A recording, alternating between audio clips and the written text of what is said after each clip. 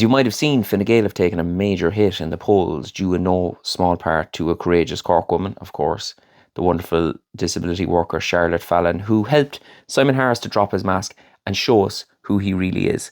But there are still many people voting for Fianna Fáil and Fine Gael. And it just kind of blows my mind because I've never met anyone who is openly doing so. I'm sure many people are doing it on the sly because they're embarrassed.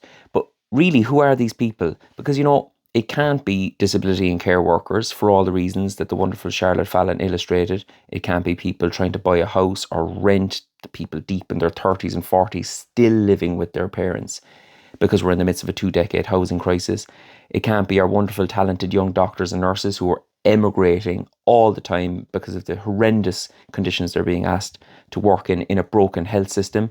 It can't be people trying to access mental health services. It certainly can't be the owners of small to medium-sized businesses. I mean, there's a restaurant closes in Cork, I'd say probably about once a week, and yet Penny Dinners, who provide dinners to the homeless in Cork, is expanding its operation.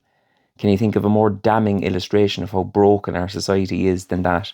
It can't be the people marching through the streets for nearly 60 weeks now demanding an end to the genocide in Gaza and Irish complicity in that genocide, because this government have done less than nothing when it comes to that. Did you know that Irish and Israeli dual-use trade is up about 700% during this genocide, and that Irish airspace and airports are being freely used by US military to transport weapons to Israel to mass murder civilians? So, who is voting for these parties? I can only conclude that it's the I'm all right Jack types. You know, the type of person who looks at their life and thinks, I have a nice house, I live in a nice area, my kids are happy, I'm earning big bucks, onwards we go. They kind of think that the poor and the marginalised are just simply not working hard enough. That's who Fianna Fáil and Fine Gael represent.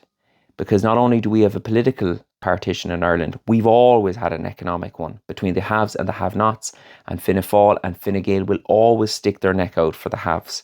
And after 100 or more years of that, do we not deserve something different? Do we not deserve a government that would finally try to bridge that gap instead of widen it? And the other thing that confounds Fianna Fáil and Fine Gael is Mary Lou McDonald. Why? Well, obviously she's a great, great leader, but more than that, she's sound. She's a likeable person. They've got no answer to that. I mean, what do they have? Simon Harris, somebody who, as Charlotte Fallon brilliantly illustrated the other day, doesn't feel like he should have to talk to you and I. He's above us. He doesn't talk to the riffraff because he doesn't represent ordinary people. And Micheál Martin, somebody who views Ireland as effectively a school, and he's the principal. Micheál Martin just wants you to stand up straight and take your hands out of your pocket.